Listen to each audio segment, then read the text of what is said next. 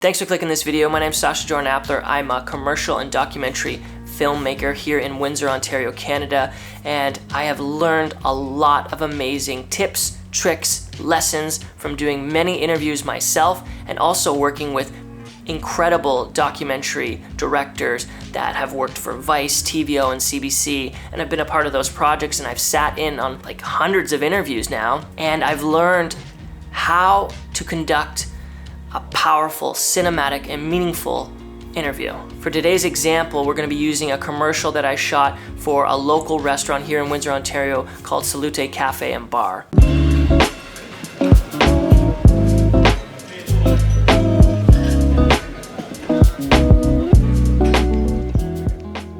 To me, Salute is a kind of a dream come true in a certain way. There was a vision in my head years ago, and then finally all the pieces got together with the right players. I'm just happy on what Salute turned out to be. It's got the ambiance. The vibe is good. It's got great food.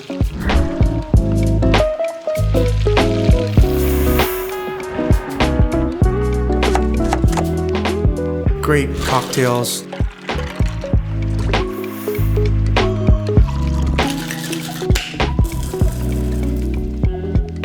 And when people leave you with smiles and say thank you, we'll be back again, there's nothing better than that to me. Salute. Cheers. Okay, so before we get into the lighting and the interview and how to do that, we need to understand pre-production. And if you don't know what pre-production is, this is perfect for you. If you do, skip ahead to where we start talking about lighting and the interview. Now, if you haven't done your pre-production for your video, you're not going to get a cinematic, meaningful interview. Pre-production is all about the work you do before the shoot, the script, the storyboard, the call sheets, all the preparing, meetings with the clients, meetings with your subjects. This is pre-production. My pre-production was to come up with a plan to shoot one 30-second commercial and one 60-second commercial all in one day. The first video, the 30-second video, was supposed to be like a fun, fast, cool video, kind of like a punch in the face for when people are first clicking on their website and what is this restaurant all about?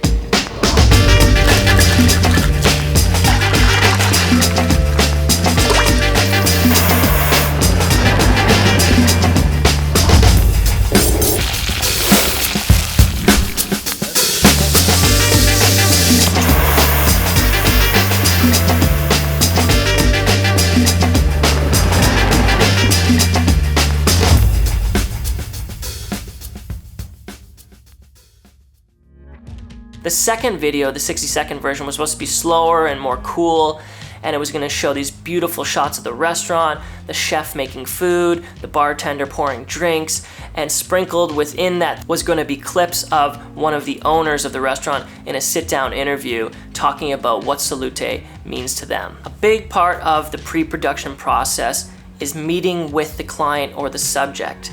Now, I love to spend as much time without my camera with the subject or my clients and get to know them, understand who they are, why they do what they do, why do they love to do this, and in this case, why do you love to create restaurants, what do you love about this business, and how did it all start for you?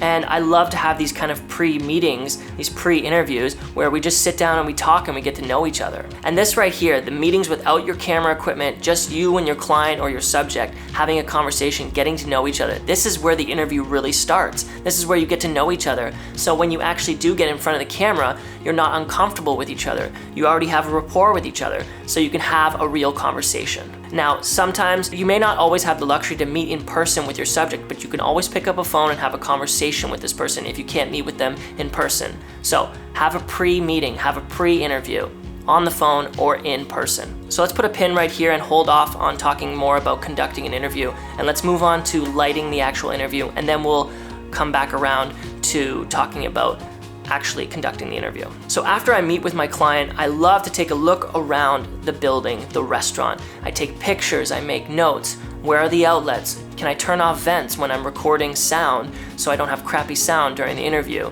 If you have the vents on, the air vents, the AC, or the heating and cooling going, it's going to be noisy. You want to have access and make sure you can turn these things off. Are there blinds on the window? Are you going to be able to control the natural light outside from coming in if you want to? Will you have to bring black sheets to block those windows out?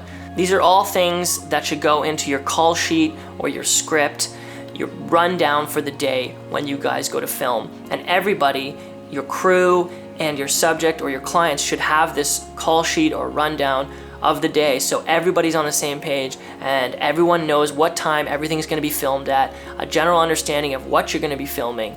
This is very important. If you don't do this, you're going to be running around like a chicken with your head cut off, and you're going to be wasting time, and you probably won't get everything you want because you don't really know what you're doing. You're just trying to memorize everything you want to film, and you're going to forget stuff. So write it down.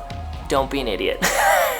So let's talk about shooting the interview. Now, because we did our location scout, we know exactly where we want to do the interview. Let's talk about where to put the camera position. I'll grab my A camera, and in this situation, we're only using one camera to film the interview. That's all I needed. You grab your A camera, you start to frame up your shot. And it's important here not to use your subject or your client in the chair when you're framing your shots and getting your light set up, because that's gonna make them tired having to sit there the whole time while you set up. So what I like to do is grab one of my crew members or a PA, and you have them sit in place of your subject on their chair, and you frame up and light them opposed to your subject or client. Now for this interview, I wanted my subject to feel important and powerful to the people watching the video, so I have my camera below the eye line of my subject. There's lots of different ways you can film this. If you want your subject to feel less important, sometimes you want that, depends on what you're filming, you would put the camera above the eye line.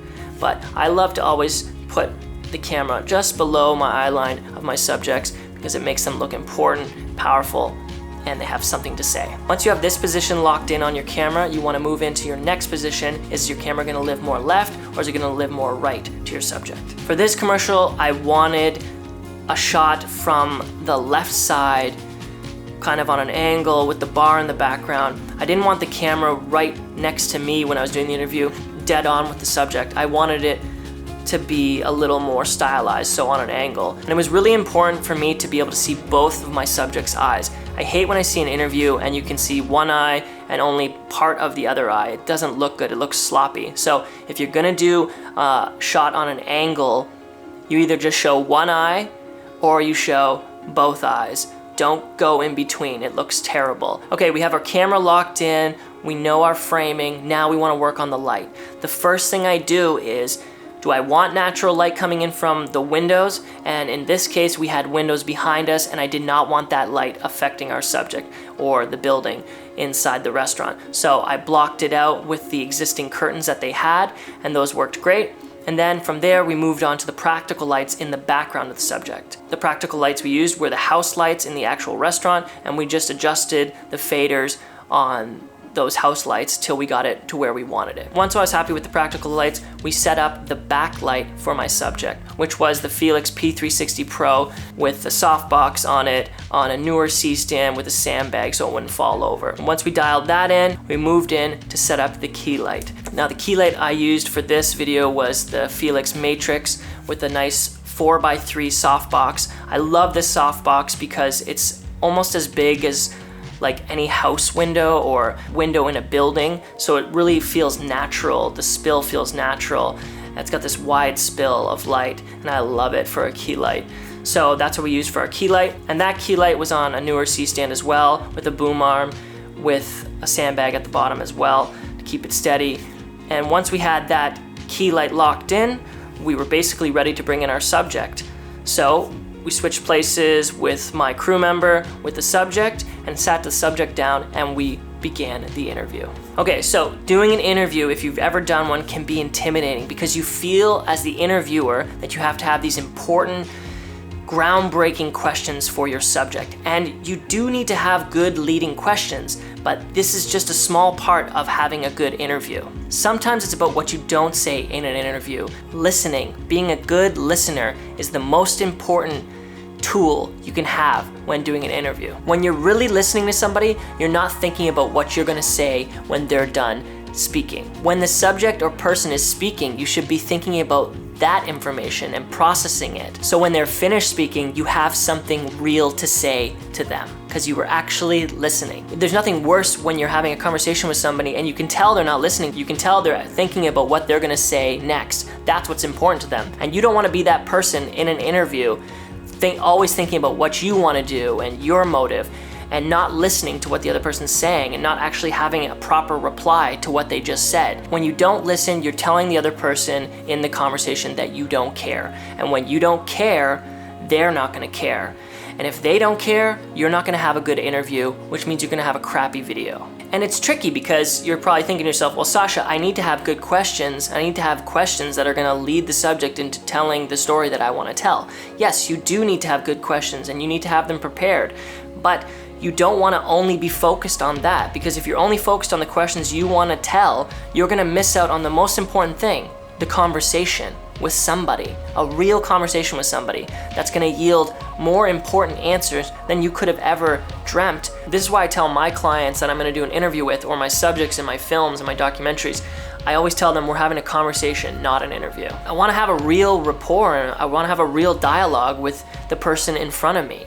I don't want it to come across as fake or scripted, or that I've persuaded them into saying something that they don't want to say. I want it to be real and authentic and meaningful. So A, you need to have good leading questions to tell your story, but at the same time, you need to be a good listener and actually listen to what somebody is saying to you. And don't be afraid to leave silence. One of the most important tips I can give you is when someone's finished speaking to you and you've listened, don't feel like you have to say something right away, because oftentimes if you wait a couple seconds, 5 seconds after somebody's speaking, they'll feel the need to say more. And sometimes that extra little bit that they add on while you're being quiet is the interview gold. It's just this amazing moment where they just feel free to talk. And I don't know why this is or why this happens, but I've seen it countless times with other directors I've worked with when they're doing interviews. If they leave silence after somebody's speaking, the subject, or the client in this case, feels like they should just keep talking, and they start telling you all these amazing things. And one thing I do to practice this, here's another tip, is when you're having conversations with everyday people, your friends, your family, let them speak. Try not to answer back right away and see what they do. You're gonna find that people are gonna open up to you more in conversation if you give them space to speak. Doing interviews is one of my favorite parts of creating a video or a documentary, and I love doing a commercial that has an interview in it, because you get a chance to talk to a real person, tell a real story, and then show that to an audience, and hopefully the audience interprets that as a real moment and not a scripted moment, and they feel like the subject is actually talking to them. Take your time with your subjects, give them space to speak, don't talk over them, don't always have an agenda, actually listen to what the other person's saying, and you're gonna have a powerful, cinematic, meaningful interview.